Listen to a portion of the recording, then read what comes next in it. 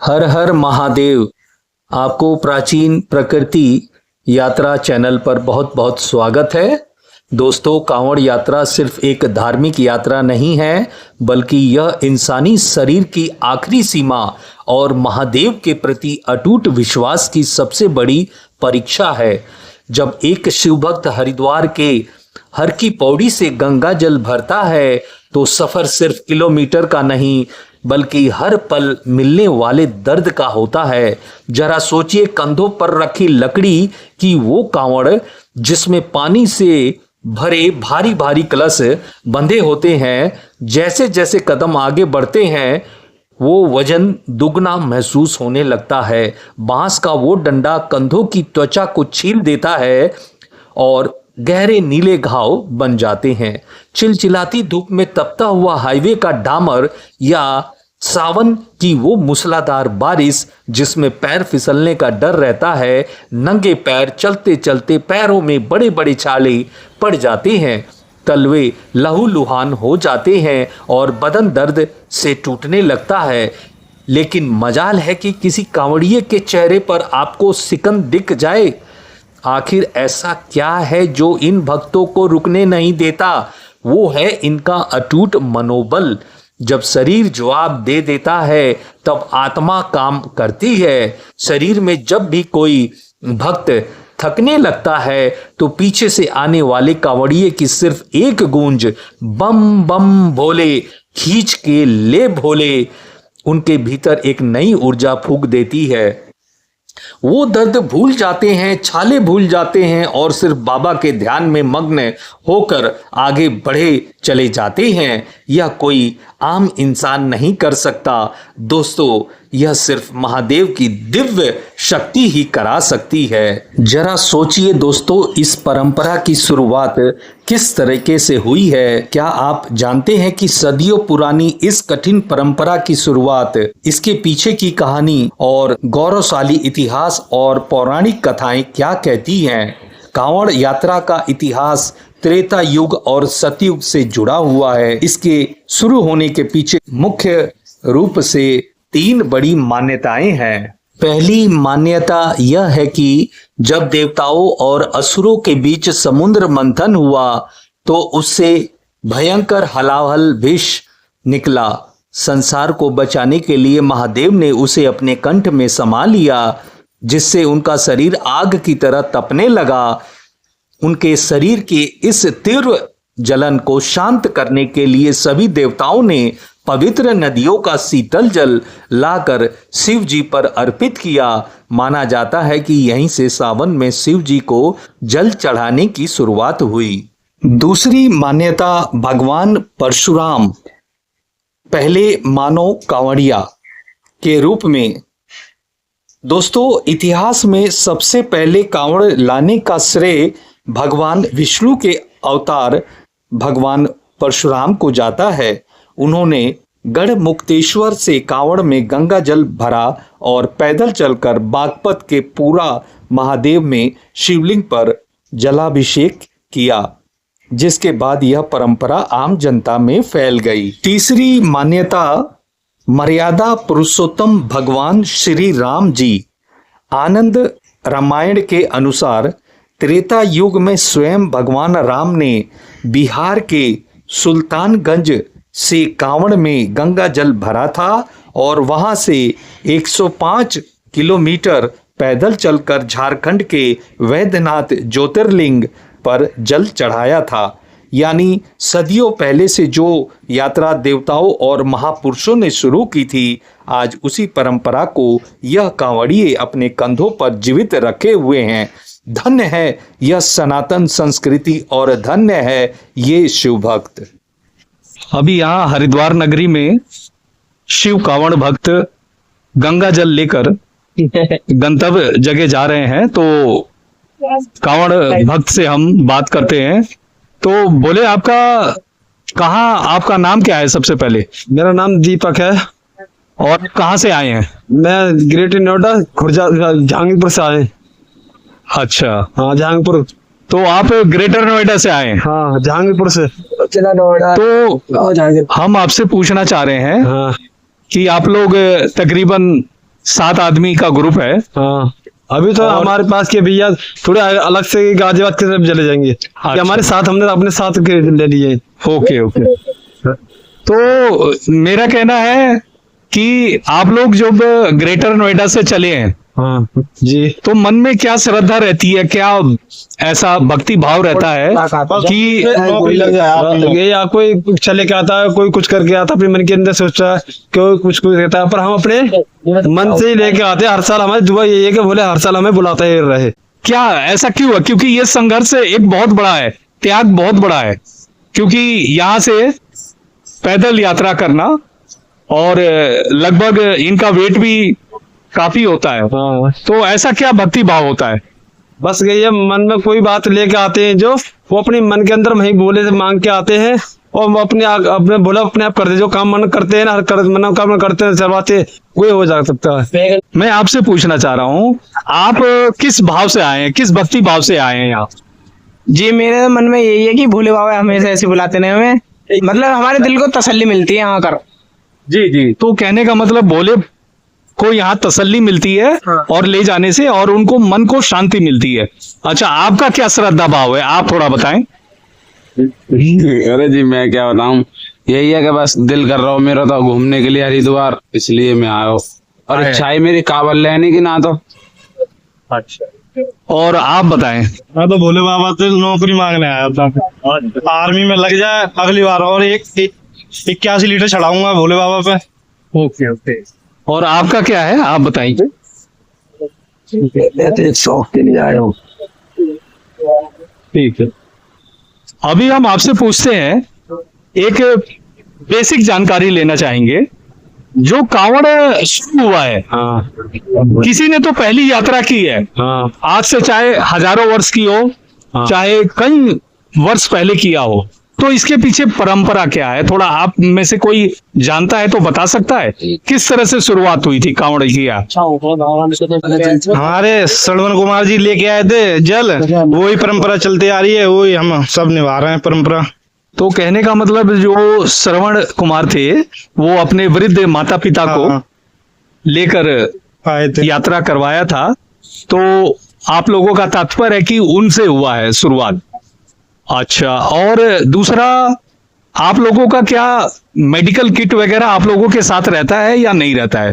अगर किसी को कोई बीमार हो जाए, पैरों में चोट आ जाए या कुछ प्रॉब्लम हो जाए, स्वास्थ्य में कुछ भी हो सकता है, तो मेडिकल किट वगैरह आप लोगों का है आपके पास? हमारे पास तो नहीं है सर, अभी मेडिकल किट नहीं है? रास्ते में मिल जाते हैं वैसे। नहीं, रास्ते में मिल जाती है, बट सडन क्या हो गया, किसी को कोई चोट लग गया और रास्ते में दिख नहीं रहा है, तो ऐसे में तो एक सेफ्टी किट, मेडिकल किट होना चाहिए, तो नहीं है आपके पास। अच्छा, दूसरा, ये कितने दिन की यात्रा है आपकी? हमारी है जैसे 21 दिन की है, 11 तारीख को जल चढ़ाएंगे। आप बोलो। हमारी 11 हम किस आज शाम को आए, आज कल हम रात 3 बजे आए थे, 3 बजे आकर, और हमने आज दोपहर को उठाई गई कावड़। अब हमारी 21 दिन के करीब में बैठेगी यात्रा, तो 21 दिन की कंटिन्यू है? मीटर है हमारी। तो ये लगभग कितने तारीख को आप पहुंचेंगे? हम 11 तारीख को पहुंचेंगे। तो मेरा कहने का मतलब ये है कि जो आप लोग ये जा रहे हैं लेकर, और काफी हम देख रहे हैं कि आपका कावड़ भी काफी अच्छा सजाया हुआ है आपने, महाकाल का आप देख सकते हैं, महाकाल का और ये शिव भगवान का फोटो लगा हुआ है, आप देख सकते हैं। बहुत बढ़िया इन्होंने कावड़ सजाया हुआ है, साथ में डमरू भी आप देख सकते हैं, डमरू इसमें कावड़ में देख सकते हैं लगे हुए हैं, और महाकाल इस तरह से शिव जी का आप देख सकते हैं। कितना बढ़िया इन्होंने कावड़ सजाया हुआ है। तो दूसरी बात है कि आप लोग जब रास्ते में चलते हैं, तो कावड़ पटरी यूज करेंगे या हाईवे यूज करेंगे आप? हाईवे सीधा। तो क्यों ये जो आपको ग्रेटर नोएडा जाना है ना, तो किससे होकर जाओगे आप? हम रुड़की पार करते ही, रुड़की से मेरठ से सीधा। नहीं, तो रुड़की जाओगे आप लोग, तो नहर पटरी क्यों नहीं यूज करते हो आप? नहर पटरी एक तो सुरक्षित है, उसमें कोई ट्रैफिक का आवाज नहीं है, और हाईवे में बहुत तेज रफ्तार में गाड़ियां चलती हैं, कभी भी देखो, कहने को तो कुछ भी हो सकता है ना? कभी कुछ आकस्मिक टक्कर लग जाए या कोई वाद विवाद हो जाए, तो नहर पटरी आप लोगों को यूज करना चाहिए, क्योंकि सरकार और प्रशासन ने ठीक नहर पटरी की बहुत साफ सफाई व्यवस्था कराई है। रुकने के लिए भी बहादुराबाद में जी शिविर लगाया हुआ है जी। और वहां पर सारा फैसिलिटी है, सोने के लिए और शौच के लिए सारी फैसिलिटी है। नहाने के लिए उधर गंगा जी बह रही है, हर जगह वहां पर है, तो कोई दिक्कत नहीं है। नल है, हैंडपंप है पानी के लिए। तो आप लोग नहर पटरी यूज कीजिए, मेरा तो आप लोगों से यही कहना है, ठीक। क्योंकि हाईवे बहुत शोर भी है, हाँ ट्रैफिक भी ज्यादा है और चोट लगने का खतरा रहता है। ठीक ठीक। और कहने का मतलब ये है कि आपके जो घर परिवार है वो भी आप लोगों की हर वक्त आप लोगों से पूछताछ करते होंगे, हाँ तो ऐसा क्या कॉल करते हैं वो लोग, किस तरह से पूछते हैं, थोड़ा आप हमें बताएंगे? पहले हम जैसे कॉल करेंगे हाँ। तो हमसे हम बोलेंगे जय भोले की, तो हमसे भी घर के यही बोलेंगे जय भोले की। जी जी। फिर उसके बारे में हम बात करते हैं, जैसे क्या ठीक हो, कैसे हो, ये पूछते हैं, कहाँ आ गए, कहाँ नहीं आ पाए, ये पूछते रहते हैं। पूछते रहते हैं। हाँ तो जी, बोले जी, करके जी, ही बात करेंगे। बात करते हैं। तो काफी अच्छा लगा आप लोगों से बात करके। और आप देख सकते हैं ये लोग बहुत ही बढ़िया तरीके से, इनका वेशभूषा भी देखिए आप लोग, इस तरह से काले और हरे कलर में इन्होंने अपना ये पोशाक पहना हुआ है, आप देख सकते हैं। और हर सभी का एक जैसा है। बाकी एक ये जो भाई है ये थोड़ा अलग पोशाक है, ये अलग इनसे आगे चलकर चले जाएंगे। तो हाँ आप लोगों का बहुत बहुत शुक्रिया, और आगे मार्ग में गाड़ी लेने आप से लोग एक बात सफल हम- जाएं, कुशल जाएं और मंगल में जाएं और बम बम भोले करते हुए जाएं। बस एक बात मैं ये कहना चाह रहा हूँ, मैं रास्ते में जैसे हम चल रहे हैं जाते में अपने अपनी गावड़, हमने ये लाइट जो लग रही है ना, ये लाइट लगा रखी है हमने, ये जी, जी, जी, देखो जी। लाइट जो कराई है हमने, ये लाइट लगा रखी है, इनसे टॉर्च मार के थोड़ा बच के ही चले, गाड़ी वाले से यही है। और हम भी खुद बचा जी के जी, चल रहे हैं। देखिए इन्होंने हमने खास बहुत कर बढ़िया इन्होंने लगाया। काम किया हुआ है, आप देख सकते हैं। इन्होंने कलश में रिफ्लेक्टिंग लाइट, जो इस पर कोई रोशनी रात को पड़ती है, लाइट पड़ती है तो रिफ्लेक्ट करता है लाल कलर में, तो बहुत बढ़िया इन्होंने अपना कलश पर ये लगाया है, ताकि कोई भी गाड़ी आए उनको एक पता लग जाए कि कोई कांवड़ भक्त, भोला भक्त यहाँ से गुजर रहे हैं। तो ये भी एक जिम्मेदारी बनती है, जो भी गाड़ी हाईवे पर चलाते हैं इस वक्त कांवड़ लेकर तमाम श्रद्धालु यहाँ से गुजरते हैं, तो थोड़ा गाड़ी जो भी चला रहे हैं हाईवे पर उनको दूरी बना के रखना चाहिए, और इनका जयकारा और जोश हमेशा बरकरार रखना चाहिए। बोल बोले की बम्बर, बोल बोले की बम्बर, बोल बोले की बोल शंकर भगवान की जय, बोल शंकर भगवान की जय, बोल शंकर भगवान की जय। हर हर महादेव, हर हर महादेव।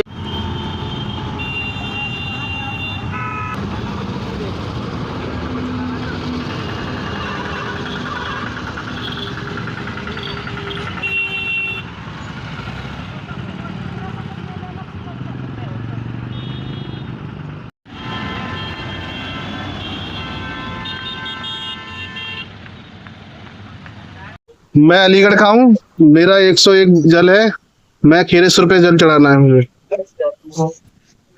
मैं मेरठ से हूँ, मेरा 121 लीटर जल है और मेरे को अपने मेरठ में ही चढ़ाना है जल।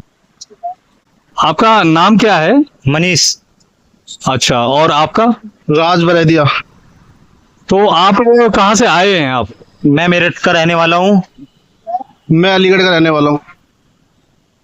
तो जो कांवड़ यात्रा आप इधर लेके आए हुए हैं, और हरिद्वार हर की पौड़ी में गंगा जल आपने कब भरा था?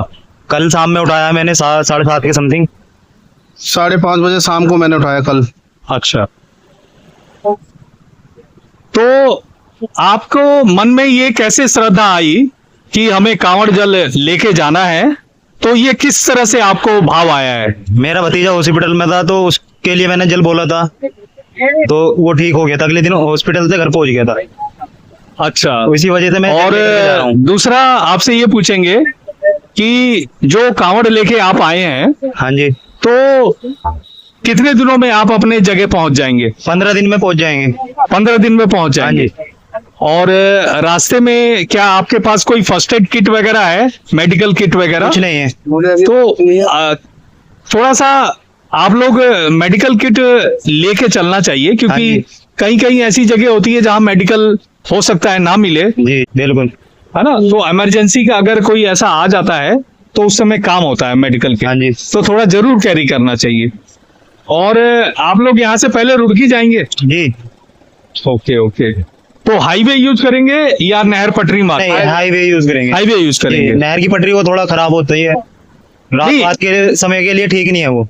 प्रशासन ने काफी साफ सफाई किया हुआ है अच्छा। और स्टॉल सब जगह, दुकान वगैरह और शिविर वगैरह, टॉयलेट के लिए जी। सारी व्यवस्था कर रखी है नहर पटरी मार्ग पे, ओके। और बहुत सुरक्षित है। तो हाईवे ना यूज करके आप नहर पटरी यूज करें। जैसे ज्वालापुर जैसी जाओगे हाँ जी तो वहां आप नहर पटरी यूज कर लीजिए। बहुत कांवड़ जा रहे हैं उधर। ठीक है, देखते हैं आपकी बात करते अच्छा। जाते हैं।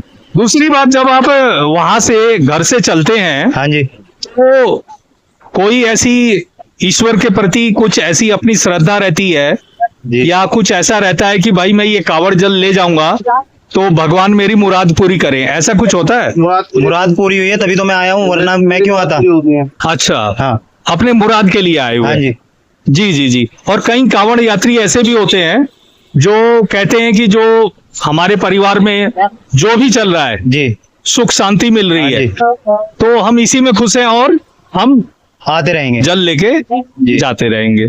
तो आप, दूसरा ये पूछूंगा मैं आपसे हाँ जी। कि आप रास्ते में चल रहे हैं, हाँ जी। कहाँ कहाँ विश्राम करेंगे? बोले कहीं भी मिल जाए, कहीं भी विश्राम, माइक थोड़ा पास। कहीं भी विश्राम कर सकते हैं। नहीं, कहीं में मतलब कहाँ, किस किस जगह? पेट्रोल पंप हुआ या पुल के पास जो कोई चौकियां है, जहाँ पर अच्छी व्यवस्था मिलेगी वहां पर हम रुकेंगे। जैसे व्यवस्था में क्या क्या देखते हैं आप? लेटने के लिए अच्छी सुविधा हो, पानी का हो, टॉयलेट, ये सब खाने का हो, वगैरह वगैरह ये खाने सब। पीने। हाँ, तो ये व्यवस्था आप देखते हाँ हैं, जी। है ना, तभी आप आगे वहां पर रुकते हैं। अच्छा, कहा जाता है कि जब कांवड़ जल हम एक बार इसको रखने का है जी और सुबह जब आदमी हाँ जी। नित्य कर्म करता है जी जी तो उसके बाद स्नान करना जरूरी जी होता है। बिल्कुल होता है। तो ये क्या है, ऐसा आप बताएं, आप कैसा, ऐसा सही है या क्या है? सही है ये। सही है ये। तो मार्ग में मान लिया नहाने के लिए आपको कहाँ, कैसे यूज करते हैं आप? नहर हुई, गंगा जी का नल हुआ, कहीं पे भी नहा सकते हैं, जैसे मिल जाए अच्छा, पानी। जहाँ भी नहर मिल गया, नल मिल गया, हाँ। कहीं पे भी कर लेते हैं। नहाना और जरूर है। अच्छा, और दूसरी बात है, रास्ते में जो थकावट होती है, जी आदमी चल जाता है और 10 दिन हो जाते हैं, थकावट आ जाती है, तो उस थकावट को कैसे आप दूर करते हैं? सखावत ऊपर वाला करता है, भोले की कृपा होती है। भोले की कृपा होती है। जी रुड़की जी। तक थकावट होती है, उसके बाद तो थकान उतर जाती है। Okay okay okay. हाँ जी। तो बहुत अच्छा लगा आप लोगों से बात करके। धन्यवाद। जयकारा वीर बजरंगे, हर हर महादेव। जय भोले की जय। बोल बम बम बम, बोल बम बम बम, बोल बम बम बम। यूपी वाले, दिल्ली वाले बम बम, हरियाणा वाले बम बम। शंकर भगवान की जय।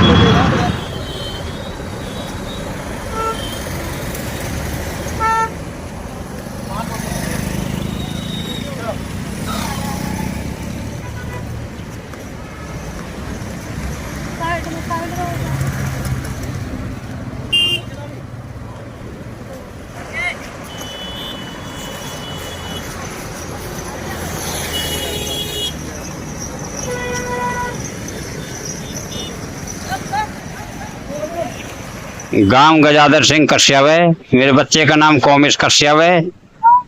नाम कौमेश कश्यप है। गांव जनूथल, तहसील डीग, जिला भरतपुर, राजस्थान। वहां से हम आए नीलकंठ के लिए। नीलकंठ के दर्शन किए हमने। दर्शन करने के बाद फिर हम हरिद्वार आए। हरिद्वार से हमने घूमे फिरे, मंदिरों को दर्शन किए, बढ़िया शानदार दर्शन हुए हमारे। फिर उसके बाद में हम हरिद्वार आके जल उठाया है, एक रात विश्राम भी किया है, और उसके बाद में अब हम हरिद्वार से जल लेके गंगा मैया को अपने सिर माथे पर लेकर अपने गांव के लिए जा रहे हैं। गांव जनूथल, तहसील डीग, जिला भरतपुर, राजस्थान। कौमेश कश्यप और उनके पिताजी गजाधर सिंह कश्यप, सनौब बद्री प्रसाद कश्यप। जय बोले। जय बोले।